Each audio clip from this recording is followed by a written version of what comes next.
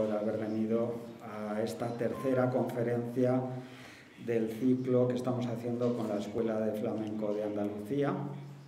En la primera conferencia su director nos habló de la relación entre el flamenco y el turismo. La segunda conferencia, que yo creo que fue muy divertida, la Truco nos habló del flamenco y la mujer. Y hoy tenemos a nuestra tercera conferenciante, que es Carmen La Talegona, que es una bailaora de Córdoba, de una familia de artistas, y que comenzó sus andanzas por el mundo del arte en el Conservatorio de Danza Española y Arte Dramático de Córdoba a la edad de 11 años.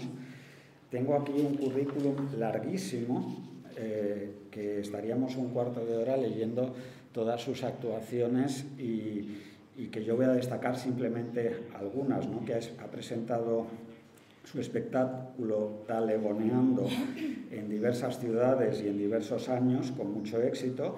Ha trabajado con artistas tan importantes como Antonio Canales, como Mónica Fernández, Ileana Gómez, Farruquito, Rafael Amargo, Ángel Rojas. Es decir, tiene una enorme experiencia en el mundo del espectáculo y en el baile flamenco, y actualmente imparte clases en el Centro de Flamenco de Madrid, Amor de Dios, con el ciclo de danza española y flamenco de Carmen La Talegona. En el día de hoy nos va a hablar de la evolución y extensión del baile flamenco en el mundo, y yo creo que es una persona, como habéis podido ver, muy cualificada para hablarnos de este tema. Sin más, le cedo la palabra a Carmen.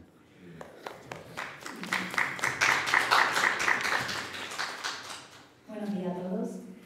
Mi salud, Carmen La Talegona, es pasiva. No son las dos únicas palabras, la verdad, que sé en ruso. Me encantaría hacer una conferencia en ruso porque ya sería lo más para mí.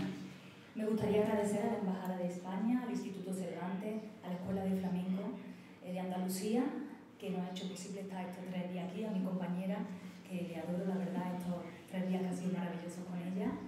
Y voy a hacer la conferencia leída. Y después vamos a hacer un debate de preguntas. Quien quiera participar, pues está en ello. ¿Sí? Muchísimas gracias.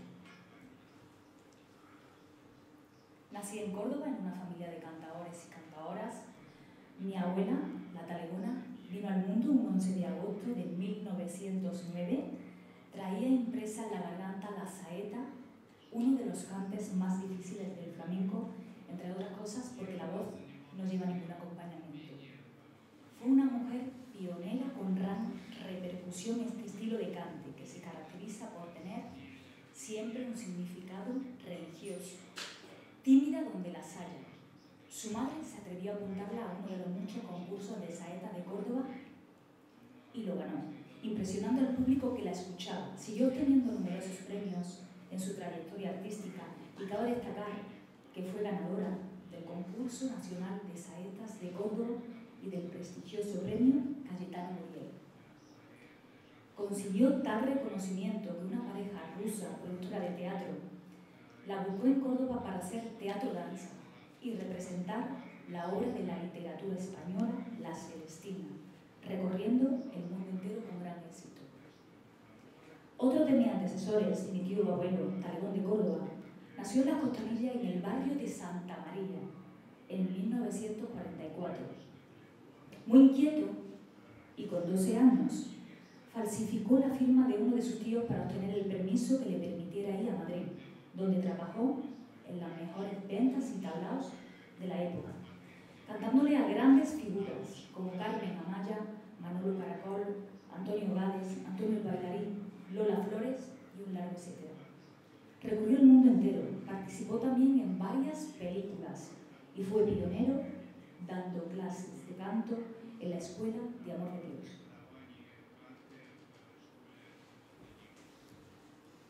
Mi madre, también llamada La Talegona, ha sido y es para mí una gran transmisora de este bello arte. Desde la infancia sintió fascinación por cantar. Participaba en los coros de la escuela y supo a apreciar y valorar el alto grado, la maestría de sus tíos. Mujer de gran fortaleza y sensibilidad, me inculcaba un apoyo incondicional, este bello arte lleno de valores, respeto y admiración y tradición. Con tan solo 5 años me matricularon en una escuela de barrio donde aprendí mis primeros pasos de baile. Tan solo con 11 años ya estaba en el Conservatorio de Arte Dramático y Danza Española de Córdoba. Simultáneamente iba a Sevilla a formarme con Matilde Coral, Rafael el Negro, el Mimbre. Estudiaba en el Instituto de Formación Profesional de Delineante, que también me encanta. También tuve el honor de trabajar en muchos festivales de verano junto a José Merced, Aurora Vargas, Pansequito, El Pérez, Enrique Morente. Fue insostenible. Y me fui. Con 16 años me marché a Madrid de la mano de mi tío Talón. Me deslumbró todo, la ciudad me fascinó. Mi tío me llevó a la Escuela de Amor de Dios. Allí conocí a grandes maestros, nada más y nada menos que Manolete, Huito, Ciro, Azorín, María Magdalena. En fin, me enamoré de Madrid y decidí quedarme. 9 años en el Corral de la Morería y un sinfín de actuaciones con el gran ballet de Blanca del Rey, Manolete, Javier de la Torre, El Huito, Joaquín Cortés, un largo etcétera. Sirva este recuerdo como un homenaje a ellos de los que aprendí tanto. Puedo decir que he trabajado en todos los tablaos de la capital y en muchos de teatros del mundo. He tenido esa suerte en mi vida, gracias a Dios. Ahora voy a mencionar algunas de las obras y montajes de lo que he trabajado. Manera de sentir, junto a Inmaculada Ortega en el Festival de Albuquerque. Semblante, Feria Flamenca de Palermo, Buenos Aires, junto al pianista Diego Amador. Princesas del Flamenco, con Rafael Amargo y La Lupi en el Teatro Calderón. Talegoneando, con mi tío Talegón y Nino de los Reyes. Biodernio, junto a Rubén Olmos, actual director del Ballet Nacional de Madrid, de España, perdón, como coreógrafo junto al maestro Antonio Canales. Ormolido, montaje junto a profesionales de Brasil, Buenos Aires y Cuba. Participé en la novela Alón del Tiempo y fui nominada a los premios Dashboard en el 2015 en Inglaterra. Ahora voy a poner, o mi compañera ya ha puesto una pequeña foto de la familia y vamos a poner ahora, ¿sí? La de la familia ya la he pasado. Perfecto. Y ahora vamos a poner un vídeo, Sí. un pequeño vídeo de Casa Patas.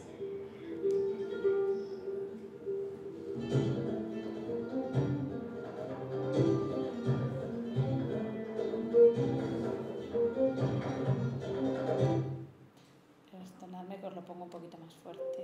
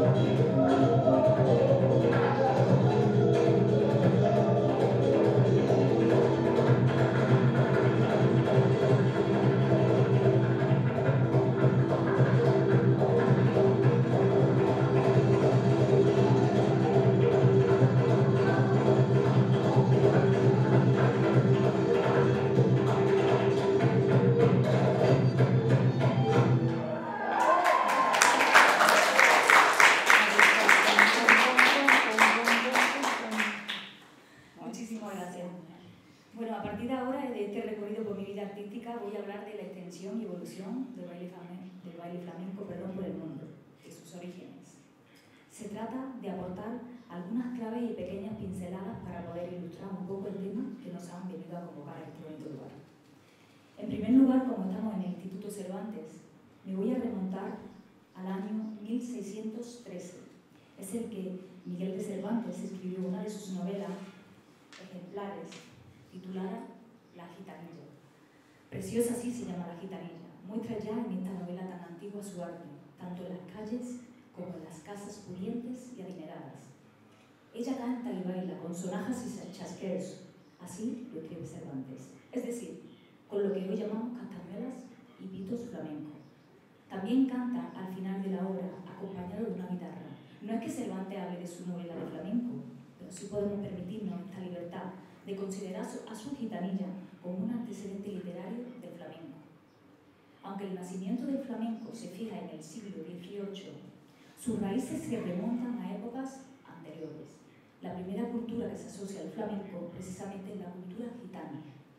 Es la que más ha aportado en este arte, pero también encontramos influencias africanas, caribeñas, árabes, judías, cristianas. Para entender este origen multicultural, veamos un vídeo que nos va a permitir entender de qué se trata cuando, por ejemplo, mezclamos la cultura árabe y gitana. A ver lo que sucede. Vamos a ver.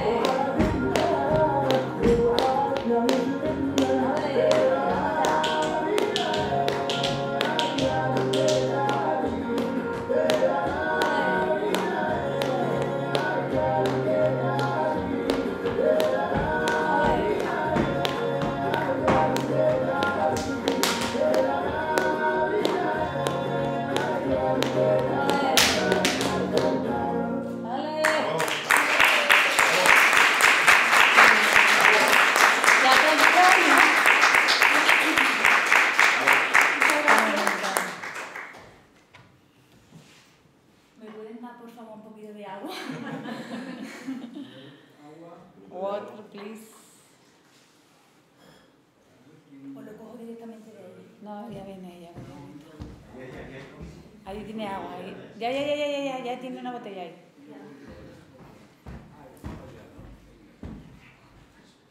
Vaya broche de oro, ¿no? Vaya broche de oro. Pues muchísimas gracias. Ahora ya estoy descansada para seguir hablando. Me ha quitado un poquito de energía, que soy demasiado enérgica y eléctrica. Por tanto, hablar de los orígenes del flamenco es hablar de riqueza y, como decía antes, de raíces multiculturales, de mezcla, de apertura al otro, a lo diferente. Geográficamente hablando, el flamenco se sitúa, como ya sabéis, en Andalucía, especialmente en la zona de Cádiz, sus puertos, Jerez de la Frontera, Sevilla, Lebrija, Utrera, Córdoba, Huelva, Granada, así como la región de Murcia y Extremadura. Por otro lado, los tres pilares básicos que lo conforman son el cante, el baile y la guitarra. Gracias. Para resumir, podríamos decir que en relación al cante y la música flamenca, que tiene influjo cantos populares, música tradicional de Andalucía, los cantos gregorianos de las sinagogas judías, árabes, africanos. En paralelo, en el baile flamenco, según varios historiadores, encontramos particularidades que provienen de diferentes rincones de la geografía española, también de danzas de la India, de los gitanos que trajeron a Andalucía y de las danzas africanas que los negros aportaron en la época de la esclavitud en España. Vemos que hay una correspondencia entre las raíces del cante, la música y el baile. Hay una película documental de Miguel Ángel Rosales, cineasta, antropólogo, que se llama Curumbé, Canciones de tu memoria negra. Muestra la influencia africana en los ritmos y coreografías del flamenco. Os recomiendo que veáis el documental entero, porque merece la pena, pero vamos a hacer ahora una pequeña pincelada, porque es increíble, magnífico.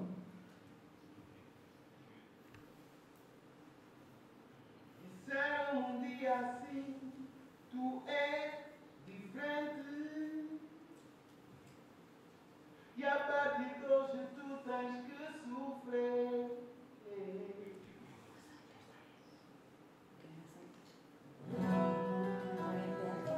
Popularmente todo el mundo pensaba que en España no hubo esclavos. Yo solamente para la tesis sobre la Granada del siglo XVI encontré 2.500 documentos de compraventa de esclavos. Cuando empecé a componer, iba buscando ese misterio, eso que dicen que hay como sonidos negros dentro de la música andaluza. Siendo Sevilla la dueña del universo explorado, Posible.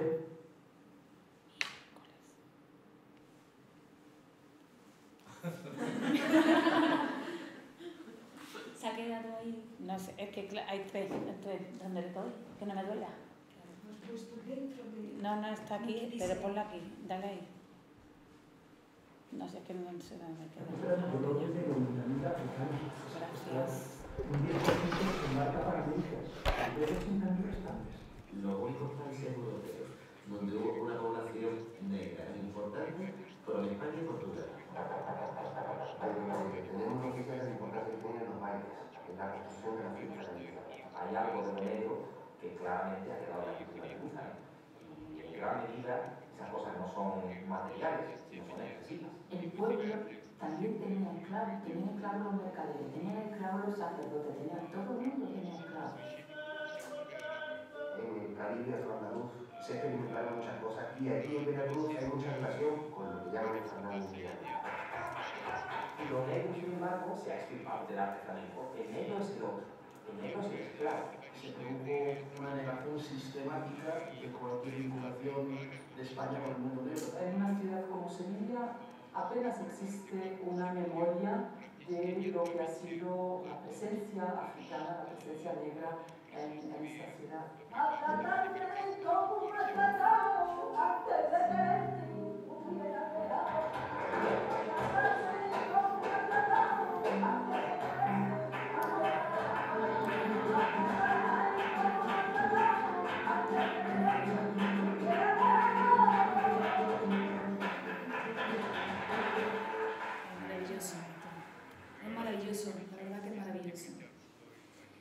siglo XVIII, la escuela bolera estaba en la vanguardia de los bailes españoles.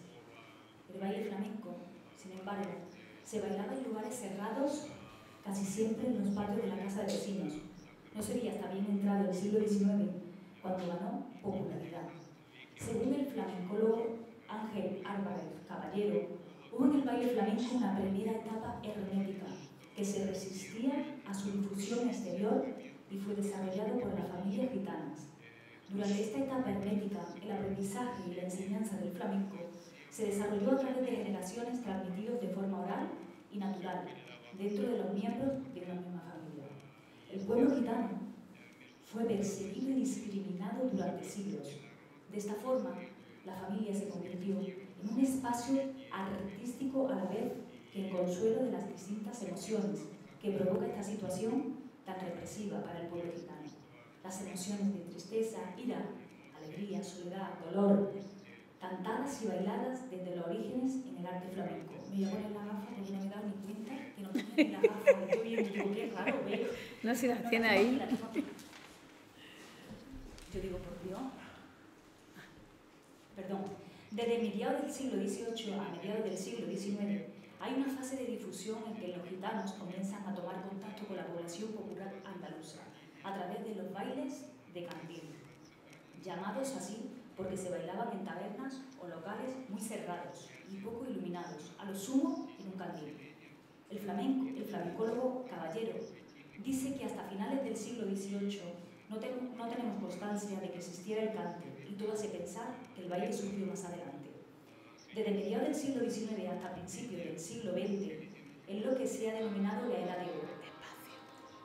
Es cuando se instalan los cafés cantantes y se configuran los cánones y las reglas que regirán el baile flamenco como lo conocemos actualmente.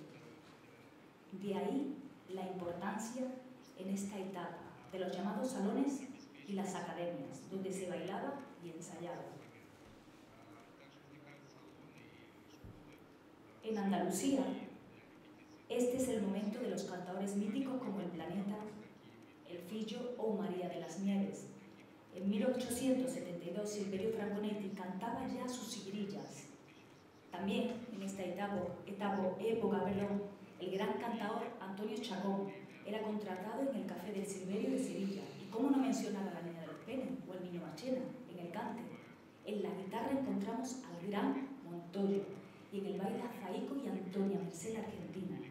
Por último, a lo largo del siglo XX, es la llamada de la etapa de los ballets flamencos y los tablaos. Se instaura la escenificación del baile flamenco, sus consecuencias inmediatas será la profesionalización de bailadores y bailadoras, incrementándose el número de academias o escuelas para su aprendizaje y su extensión y evolución por el mundo. A caballo entre la etapa anterior y esta última. Nombres como lo de Carmen Amaya, Sabicas, Manolo Caracol, continúan siendo nuestra referencia en este bello arte. Es importante resaltar en esta etapa una fecha muy importante, en 1922, cuando Antonio Chacón presidiría el jurado del famoso concurso de cante hondo organizado en Granada por Manuel de Falla y Federico García Lorca. Vamos, casi nada. En aquella época, el flamenco participó más directamente que nunca en el movimiento de las vanguardias artísticas, vinculándose a otras artes como por ejemplo la pintura, la poesía. El bailaor Vicente Escudero, aparte de popularizar el baile flamenco por toda Europa, realizó dibujos y pinturas dignos de mención. Un poco más tarde, el poeta García Lorca, el poema del cantejondo y el romancero gitano. Llevó a la poesía lo que significa la música gitana. No es extraño que mucho más tarde Camarón de la Isla hiciera un homenaje a Lorca en su Leyenda del Tiempo. El flamenco comenzó a extenderse por el mundo desde Sevilla, Madrid, Barcelona, Bruselas, Nueva York, París, así como por América en un proceso de ida y vuelta. Como dicen los flamencos, a referirse a algunos de los palos del flamenco, como los tangos, la guajira, como los tangos, la guajira, la colombiana. Es decir, que el flamenco es un ir y venir constante tanto en los tiempos de la historia como en la geografía del planeta. La presencia escénica en estos tiempos de Carmen Amaya por el mundo revolucionó la danza flamenca.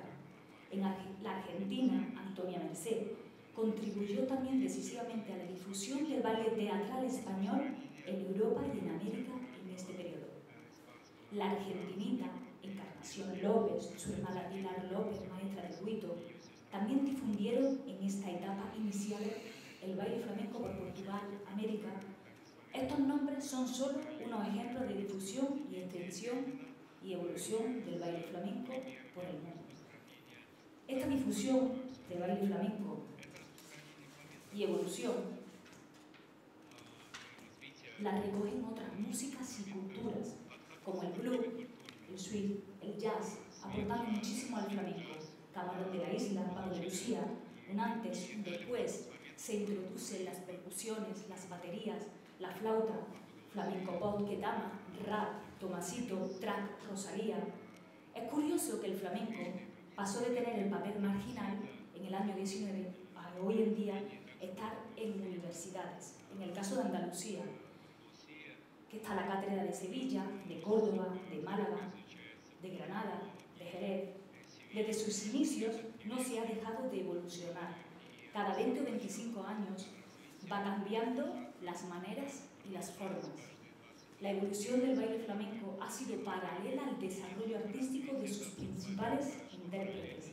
A lo largo del tiempo lo enriqueció gracias a esas disciplinas.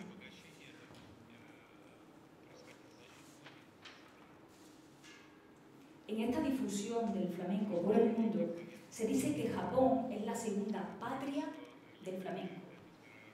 Benito García y Javier Gómez rastrean la presencia del flamenco en Japón y concluyen que es más o menos a principios del siglo XX, cuando la compañía American Dance World se traslada al territorio nipón para realizar un espectáculo moderno inspirado en el baile flamenco titulado Cuadro Flamenco. Debería ser catalogado como la primera vez que la danza española se presenta a nivel profesional en este país. Sin embargo, no fue hasta la llegada de Antonia Merced a la Argentina cuando se puede decir que el baile flamenco llegó a Japón. Por eso es preferible centrarse en ella porque su influencia fue grandísima y merece la pena conocerla un poquito. Ella nació en Buenos Aires en el 1890, murió en Bayona en 1936. Fue bailarina, bailaora, coreógrafa, le decía reina de las castañuelas por su virtuosismo. Llegó a España a los 2 años y a los 9 debutó en el Teatro Real de Madrid, donde sus padres eran maestros de baile nacidos en España. En 1901 entró a formar parte del cuerpo de baile del Teatro Real de Madrid y en 1911 se instaló en París, donde se realizó giras por Bélgica, Alemania, Rusia, Sudamérica, Inglaterra, Japón.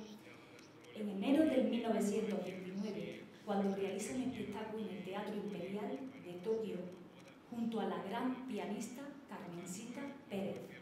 La calurosa acogida de su espectáculo fue increíble y sus interpretaciones asentaron las bases firmes de la difusión del flamenco en la sociedad japonesa. Lo más llamativo fue un acontecimiento digno de ser contado, el impacto que causó el baile de la Argentina en un hombre llamado Kazuo Ono. Fue impresionante, él abandonó su preparación como gimnasta en el Colegio Japonés de Atletismo para dedicarse en exclusiva a la danza. Después contó que cuando la vio actuar en el Teatro Imperial de Tokio, le dejó una profunda huella, haciendo que su vida cambiara por completo.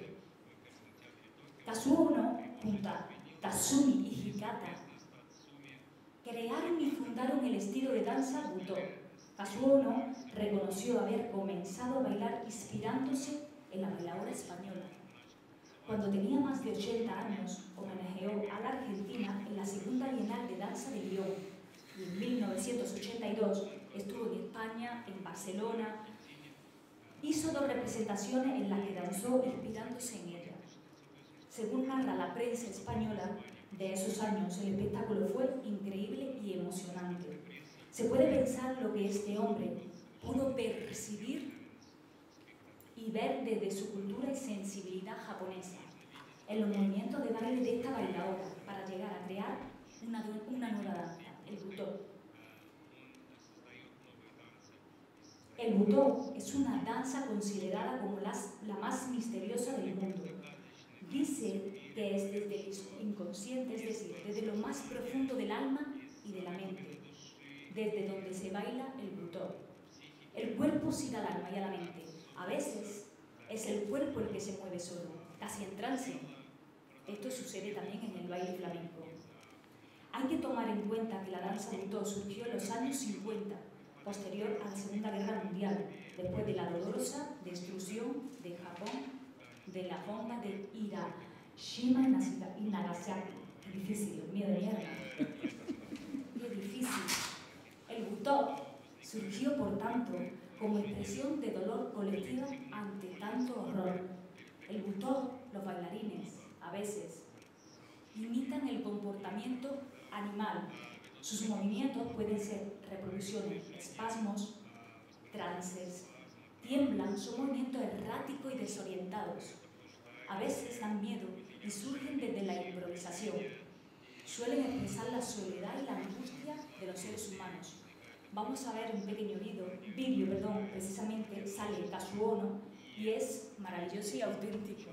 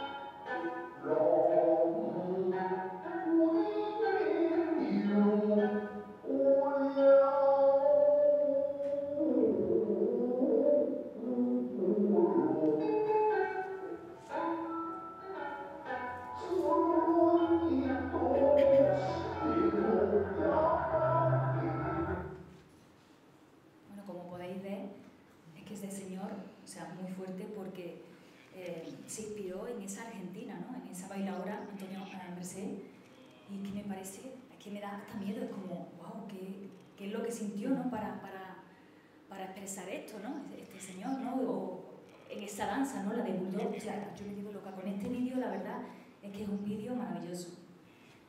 Bueno, hubo otros artistas que siguieron los pasos de la Argentina. Rafael El Gallino fue el primer cantador que realizó una gira por Osaka y Tokio en el 1952.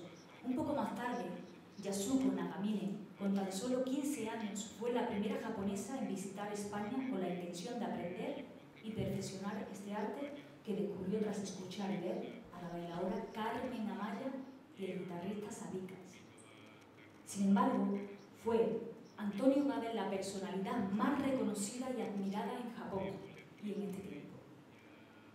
Fue gracias al señor Miyagi que se asoció con Yasuko Nagamine, con prestigio y fama dentro del mundo del flamenco, que pudo montarse un negocio innovador en el barrio de Shinjuku, en Tokio, consistente en un tablao por el que pasaron numerosos artistas.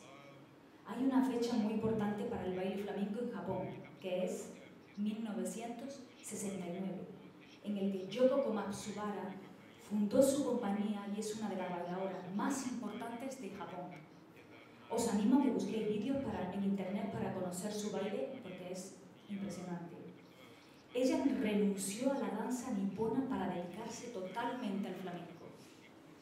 Yo tuve la suerte, con 20 años, de conocer ese maravilloso tablao, con la compañía de Blanca del Rey. Me propusieron ir con Winnie y la familia Maya.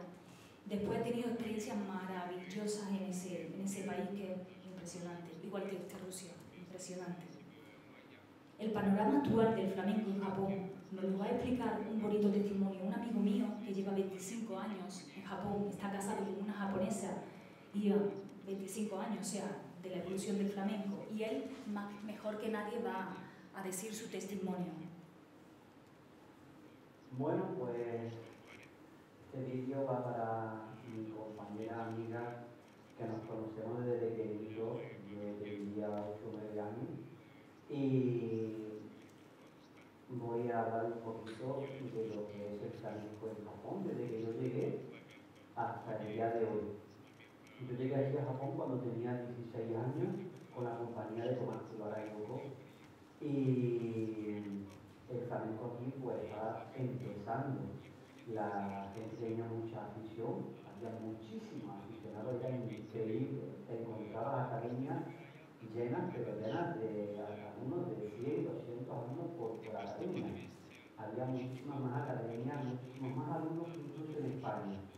El nivel era un poquito bajo, sí, es verdad que era muy bajito, pero yo de la compañía con la que estaba, la gente que estaba trabajando conmigo, que también era japonesa, tenían un nivel bastante bueno. Era mucho técnico, muy técnico, muy técnico. Todo era la técnica y muy poquito de pellizquito y sabor. Todo ha ido evolucionando a una manera muy rápida, porque después de esa época, al haber muchos más españoles que vinieron para Japón, pues tuvieron la oportunidad de aprender mucho más directamente del español, de lo que es el arte del español.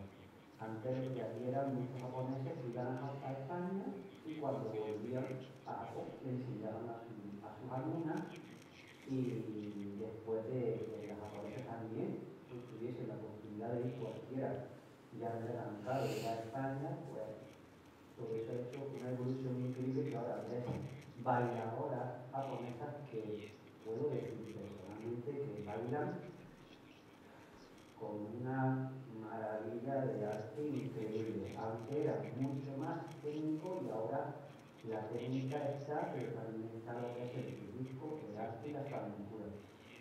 Sí es verdad que la afición aquí ha caído muchísimo. Ya no hay tantas academias de flamenco, ya no hay tantas alumnas como antes había.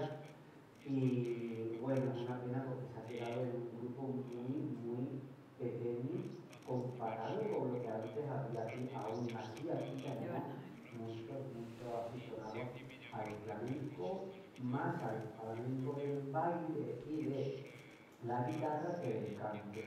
Antiguamente había una afición mucha al baile, muy poquito al cante y muy poquito a la guitarra. Ahora se está haciendo una afición mucho más grande al cante también.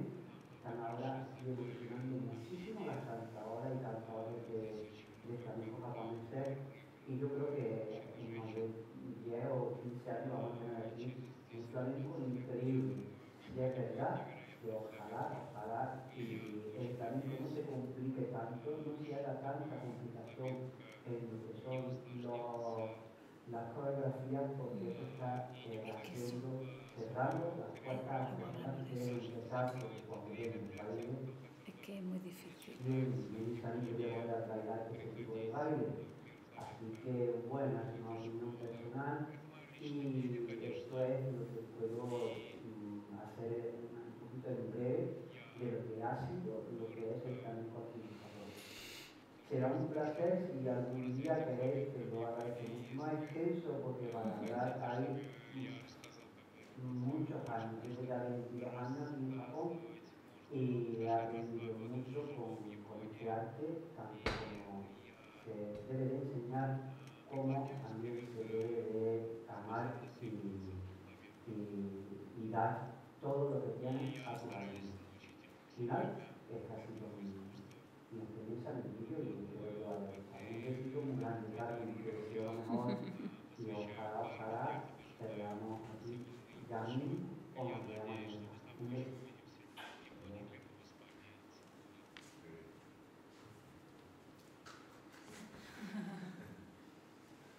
Nos trasladamos ahora a Brasil, país en que el número de escuelas de baile, cante, guitarra y percusión aumentan cada día. Sin embargo, la historia del flamenco en este país no ha sido siempre lineal. Visitas de grandes maestros como Paco de Lucía, Antonio Canales, han fomentado una afición grande desde hace tiempo. Yo misma estuve viajando a Brasil durante muchísimos años por transmitir mis enseñanzas de baile en este país desde 2015 a 2014. Estuve recorriendo la ciudad de Curitiba, Recife, Belén, Victoria, Sao Paulo, Río de Janeiro, haciendo residencia de 2 meses para enseñar el baile. Allí pude comprobar el amor de los brasileños en este bello arte. Son grandes aficionados y hay muchísimos artistas de una gran variedad. Voy a poner un testimonio de una amiga mía, se llama Yara Castro. Ella, su madre es de Almería, tiene una trayectoria increíble en Brasil. Son inmigrantes y están ahora mismo en Brasil.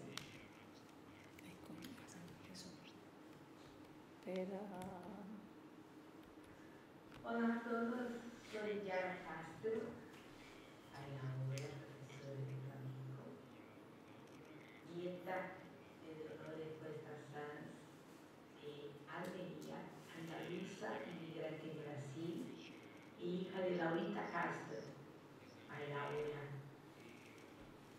Mi mamá desarrolló un trabajo muy grande, muy importante de flamenco en Brasil. Formó muchísima gente que son profesionales hoy, pero en un periodo anterior, ya hablando de 50 años atrás, destaco a Ana Martínez y a Ana Esmeralda, y ya después Pepe de Córdoba, mi maestro, que fundó el Centro Flamenco Pepe de Córdoba de Sao Paulo. Trabajamos mucho, el grupo Laurita Castro con Pepe de Córdoba y Fernando de la Rúa, y cantadores que viven en Brasil. Y luego ya venimos a vivir aquí en Madrid desde el año 2000. Y deciros que a partir del año 95 hubo un movimiento muy importante de artistas, de figuras de España, indo a Brasil para cursillos. Y doy un destaque especialísimo a nuestra amada Carmela Talegona, pues ella, este nuevo movimiento desde el 95, fue la que estuvo más veces, temporadas largas de residencia, con muchos alumnos, con actuaciones en teatros por todo Brasil, con artistas brasileños. Entonces yo considero en un periodo Pepe de Córdoba y luego en un segundo periodo actual a Carmela Talegona. Así tenemos Córdoba ahí mandando. Y deciros que de verdad no desanimar, seguir estudiando este arte tan maravilloso que es el flamenco y siempre buscando sinceridad y verdad. Un beso a todos, muchísimas gracias por la oportunidad de estar aquí hablando un poquito. Gracias. ¡Ole!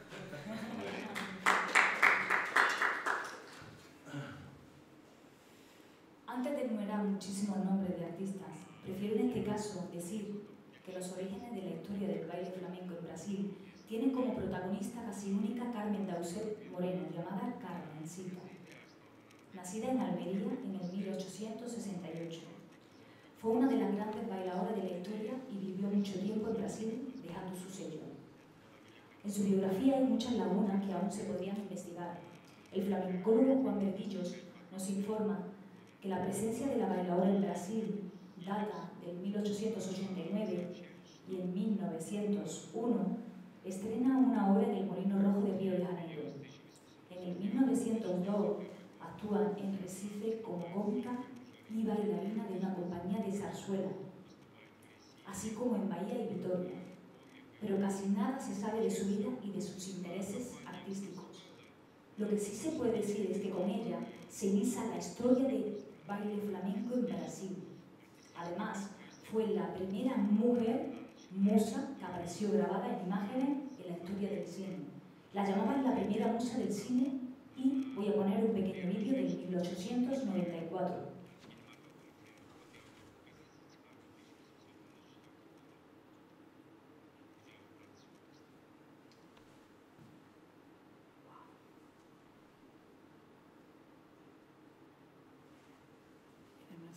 Marco Yesco, ¿verdad?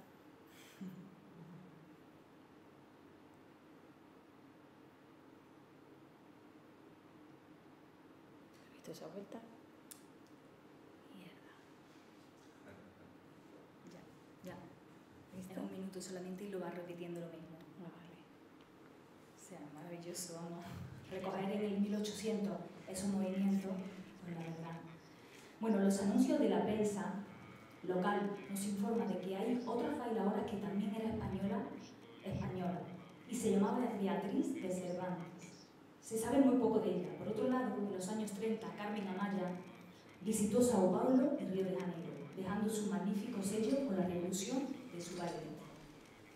También con motivo de la Guerra Civil de España, comienza un largo exilio para muchísimos artistas flamencos, perseguidos por la dictadura franquista. Fruto de esta emigración forzosa, parece ser que los grandes artistas, el Niño de Utrera, Angelillo, recalaron un tiempo en Brasil, aunque su lugar de residencia fuera Argentina. Por otro lado, el sur de Brasil tiene una historia flamenca propia, sobre todo su capital, Porto Alegre, que en este caso es Brasilia. Los brasileños consideran la música flamenca como una música ancestral, tan antigua que se identifica su ritmo en lo más hondo de sus corazones, y el intercambio con España sigue siendo hasta la fecha muy rico. Nos vamos ahora a Nueva York para finalizar ya nuestro viaje por los orígenes del flamenco y la evolución.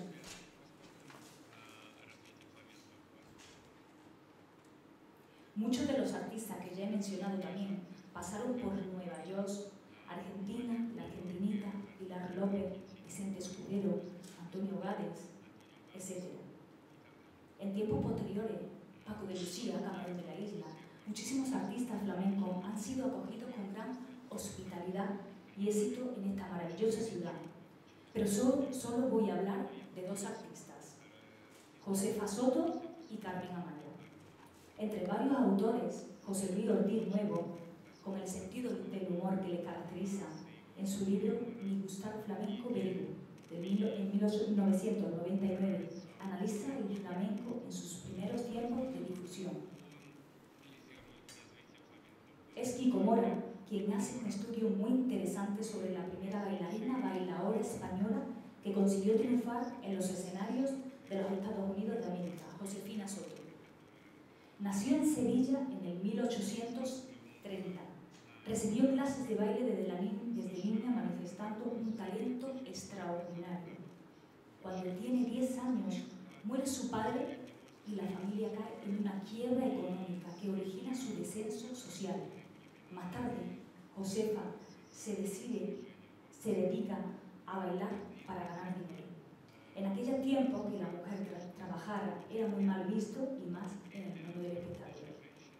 Un primo suyo, muy rico, dio orden a todos los teatros de Sevilla para que no pudiera bailar en ninguno de ellos.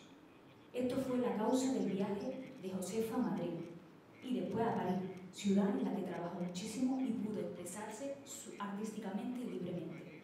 Después estuvo en una estancia en Londres, en Liverpool. Josefa llega a Nueva York el 2 de junio de 1852. Josefa Soto se estrenó en el libro Garte el 14 de junio.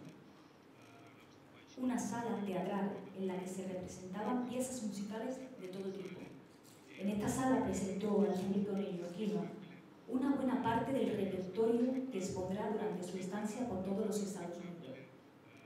Bailes populares españoles, boleros, como el jaleo de Jerez, el bolero de Cádiz, la cachucha, la manola y el zapateado.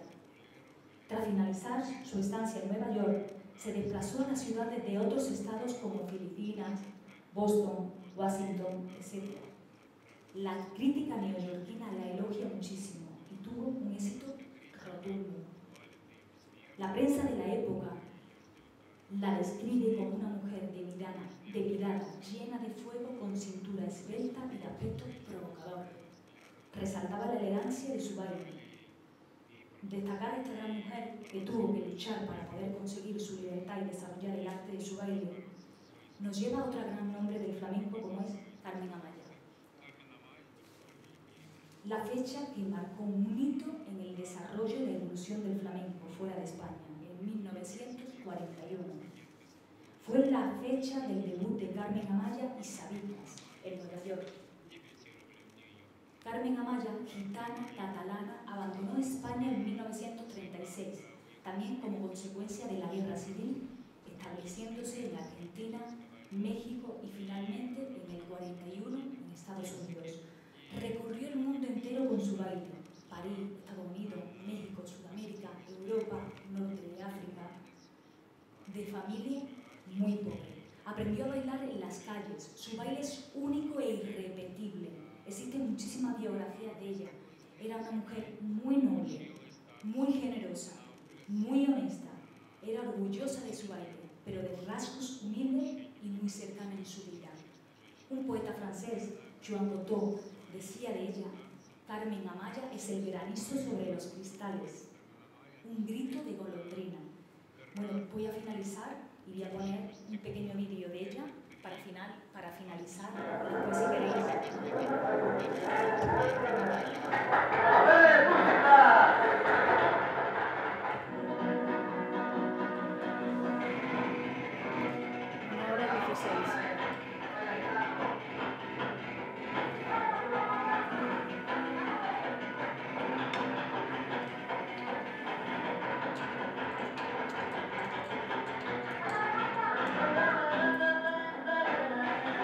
Chiquitita ahí, ¿no? Pero era muy joven ahí, ¿no? Era muy joven.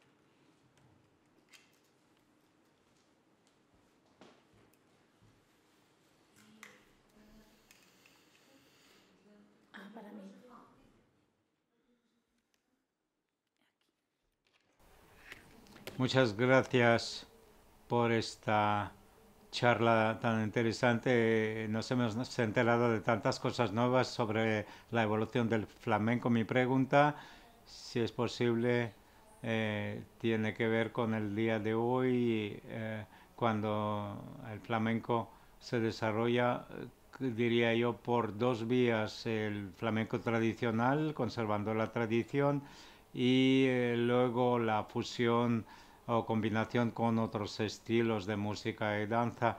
Algunos dicen a menudo esto no es flamenco, pero otros dicen pero aquello, lo tradicional, tampoco es flamenco porque ya es caducado.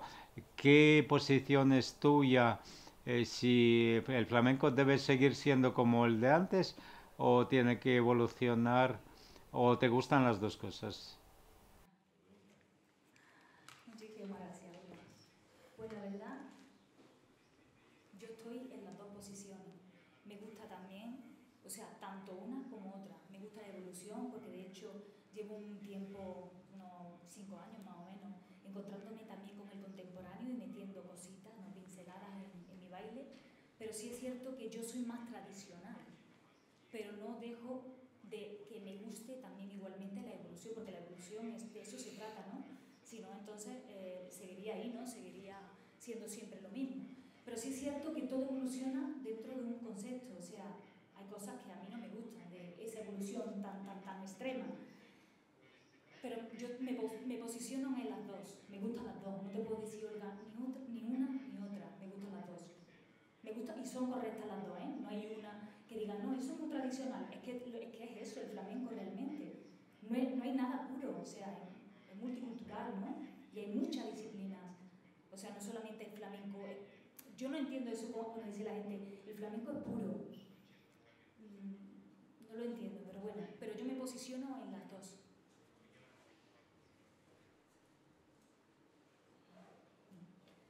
¿Alguna pregunta más?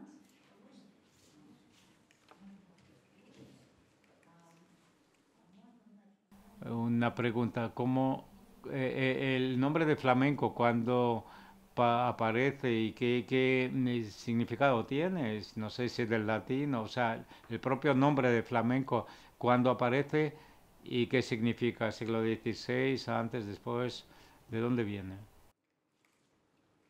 Bueno, ante eso te puedo decir tanto mi compañera como yo y como Luis y como muchísimas personas evidentemente que nos gusta mucho indagar e investigar el flamenco, hay muchas versiones. Uno dice una cosa, otro dice otra cosa. Uno dice realmente el flamenco supuestamente empezó con una danza y después personalizaron esa danza a raíz de la influencia de los gitanos. Se pudo decir realmente que es la llamada, o sea, el nombre de flamenco, porque caracterizó ese tipo de género en la danza. Pero es que hay muchas maneras, hay muchas formas. Uno dice una cosa, yo tampoco estuve, ojalá hubiera estado en esa época, me hubiera encantado poder estar en esa época para saber la realidad como era, ¿no? Pero el flamenco, por lo que dicen, es influencia gitana y realmente al principio era un estilo de danzas y después se personalizó con el flamenco, con la palabra flamenco.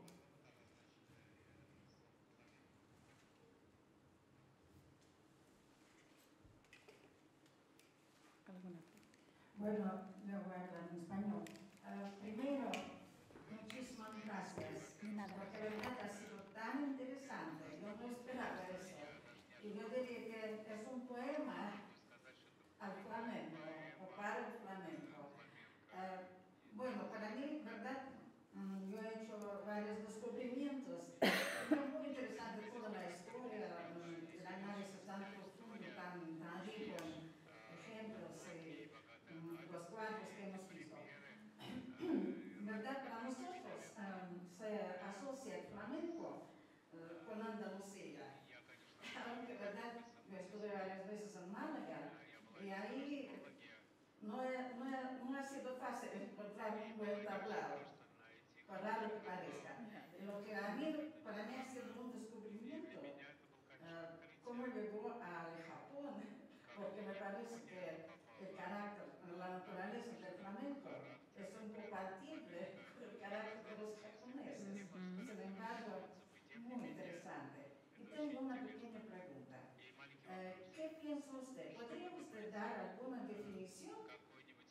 es el flamenco?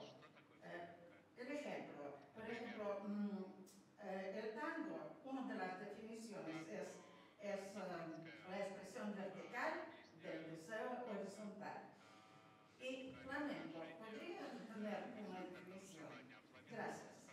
No lo he entendido, no lo he entendido el final. Una definición del flamenco. ¿Qué es? En breve, podría decir, en breve. Una manera de sentir, de emocionar, de vivir. Yo siempre digo que es un billete de ida sin vuelta. Eso es el flamenco, enamora, ¿no? Tanto el cante como el baile, como la guitarra.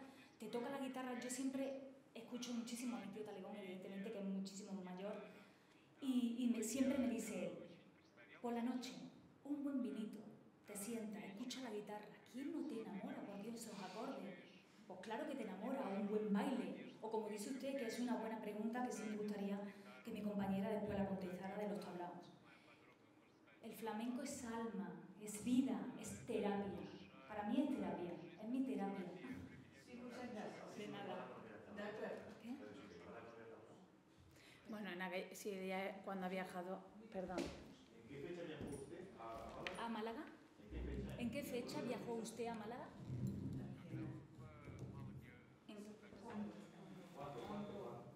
¿En qué año? No, estuve hace varios años. A lo mejor ahora sí, pero... Yo quiero decirle que en Málaga, en provincia, hay más de 10 tablaos. Ahora. Pero ahora sí, Luis Guillermo, pero si ella ha ido y no ha habido... Ahora. Pero en 10 años atrás... Escúchame, date cuenta que hay un gran movimiento ahora en Málaga, gracias a la Escuela de Flamenco Andalucía, exacto. O sea, Málaga no ha tenido tanto movimiento de flamenco como lo está teniendo ahora. Y eso gracias a ti, o sea que te vamos a tirar un órdago. ¿Alguna otra pregunta?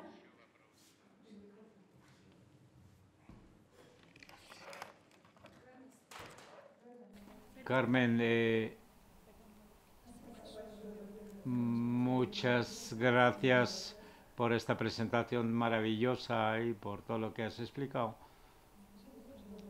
Una pregunta, cuando un bailaor o bailaora sale al escenario, ¿es más improvisación? ¿O si es que viven la música o es una cosa montada, una cosa preparada? Es muy buena pregunta, la verdad. Bueno, hay dos vías, ¿no? Que es la vía, por ejemplo, si queremos montar una obra de teatro o queremos ir a un teatro a hacer una obra, entonces eso sí es montado, eso sí es que va guionizado.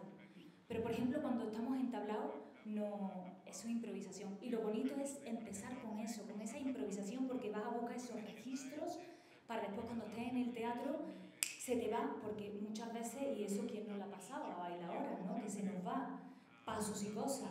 Ahí está la improvisación, para poder ese hilo conductor seguir, improvisar y que no se te quede la mente en blanco. ¿Quieres aportar algo ahí? Sí, es cierto lo que dice mi compañera, que cuando trabajamos en teatros siempre está todo más preparado, más montado. Yo siempre digo que el teatro es una escuela y el tablao es otra escuela. Y todos los bailadores, todos los artistas, yo creo que tienen que pasar por ambas escuelas, ¿no? Pero es cierto que la del teatro es más preparada porque tiene que haber un juego de iluminación, incluso el personal técnico tiene que saber la coreografía para saber en qué momento tiene que dar la luz. Entonces tiene que ser todo coreografiado. En el momento que cae un sombrero al suelo y tiene que ir esa luz a ese sombrero, así que todo tiene que ir coreografiado. Es cierto que a lo mejor hay momentos de improvisación dentro del baile, porque yo puedo llevar un hilo conductor, pero dentro de lo que es mi baile sí puedo improvisar. Con decirle solo al guitarrista, al técnico de iluminación, ¿por dónde salgo? ¿Dónde termino? Aquí en el centro un cierre para que la luz caiga. Y los músicos lo saben, pero a lo mejor dentro de nuestro propio baile sí hay una improvisación, que eso también lo hace que sea muy auténtico dentro de los escenarios de teatros. pero es cierto que en el tablao ahí podemos improvisar todo lo que queramos. Es más, es muy beneficioso para la mente y para el Alzheimer también. Así que recomiendo bailar. ¿Alguna pregunta más? Es curativo.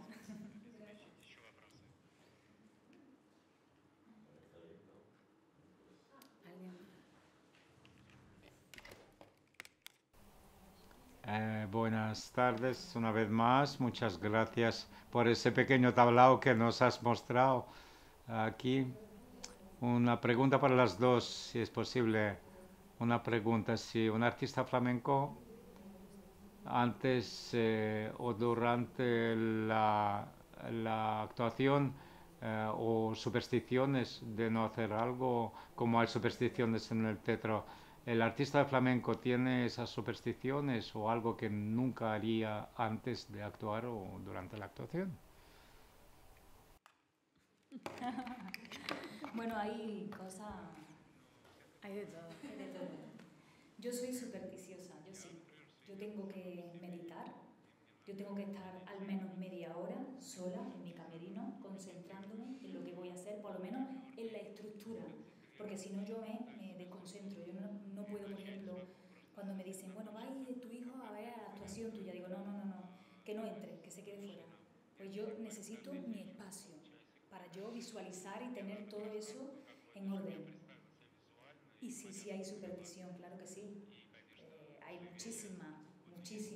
Hay gente que dice, no, a la derecha no salgo, a la izquierda no me ponga, no me ponga este foco, no, esta luz no, que es que me mareo. Hay muchas cosas. Pero hay cosas muy interesantes de muchísimos artistas muy grandes. Evidentemente, estar aquí es un amplio, o sea, es una charla extensa y muy graciosas, la verdad, pero muchísimo.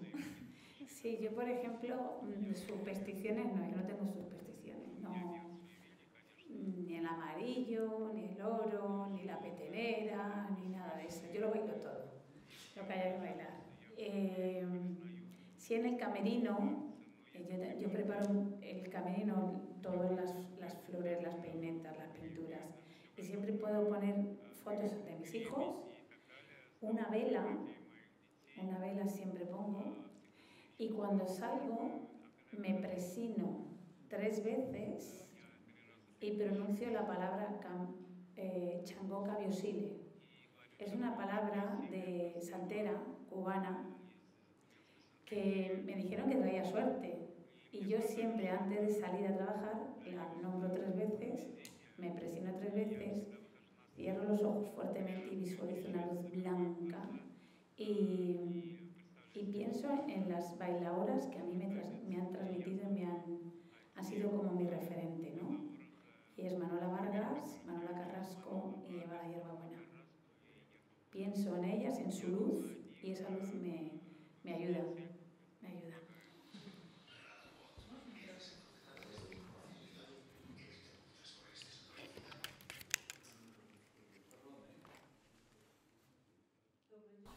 Buenas tardes. Bienvenidos a Moscú, en ese tiempo tan maravilloso que nos acompaña. Una pregunta, si hay una diferencia entre el flamenco, la escuela de Madrid, de Cádiz, de Sevilla, en la manera de actuar, si lo veis externa y internamente incluso, ¿podéis comentarlo un poco?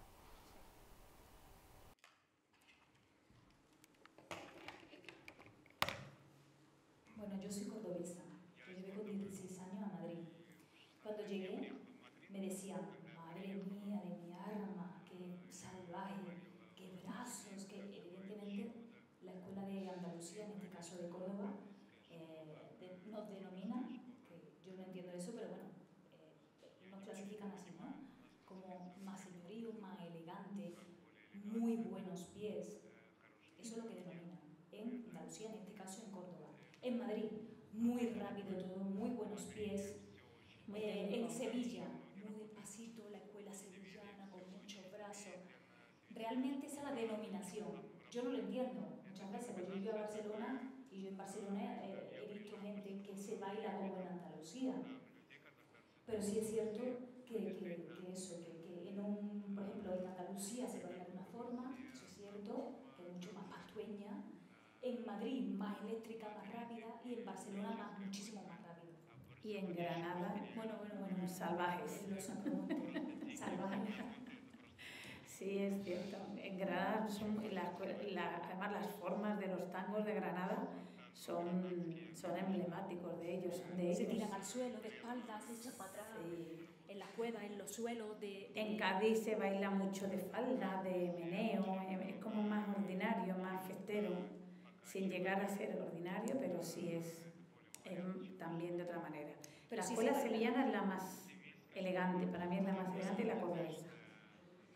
Y Barcelona también es muy técnica y Madrid es muy técnica. Date cuenta, nosotros decimos siempre los españoles de Despeñaperros. Despeñaperros es un puerto, una montaña que tenemos que pasar para pasar de la parte de arriba de España a la parte de abajo. Si tú pasas ya de Despeñaperros para abajo, ya huele de otra forma. Ya huele de otra manera. Y de Despeñaperros para arriba somos distintos. Entonces, claro, Madrid entra.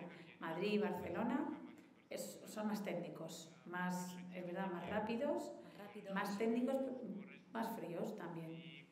Lo que pasa que, bueno, yo soy madrileña, pero me parece a mí que no. No, tú eres andaluza. No.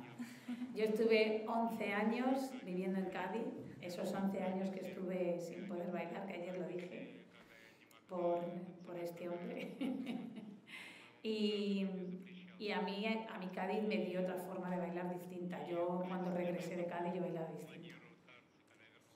Cada ciudad tiene su denominación, ¿no? Sí, y su encanto también. Su sello, ¿no? De nada. ¿Más preguntas?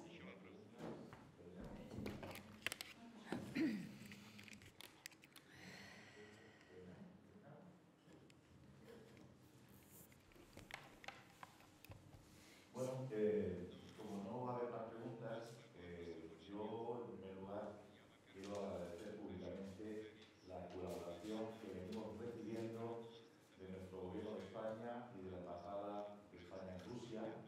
Quiero agradecer públicamente al consejero cultural que está aquí con nosotros, su magnífica colaboración. Y por supuesto estamos en la Casa de la Cultura Española, que es el Instituto Cervantes, y también agradecer a su director su compromiso y su colaboración, y también a su equipo esta amabilidad que ha tenido para que estas primeras jornadas, que son las primeras que se van a realizar en Moscú, pero si hay unas primeras significa que va a haber unas segundas y unas terceras.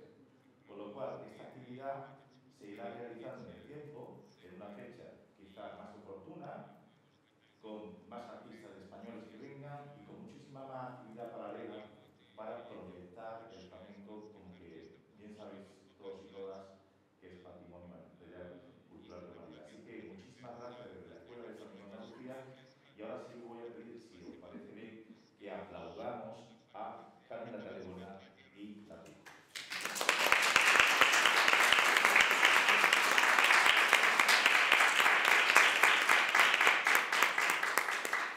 Yo quería aportar una última palabra que tengo... Ay, sí, perdón, Olga. Quería aportar una cosita que se me ha pasado y no quiero que se me pase, evidentemente. Este texto tan maravilloso, con tantas cosas y tantas formas, la ha dado Esther Arriba, que es escritora, licenciada, y es una amiga muy íntima. Y gracias a ella, todas las cosas que tenía en mi corazón y sensaciones y investigación, que he sido muy inquieta, la ha dado ella forma. Así que quería agradecer eso a Esther Arribas.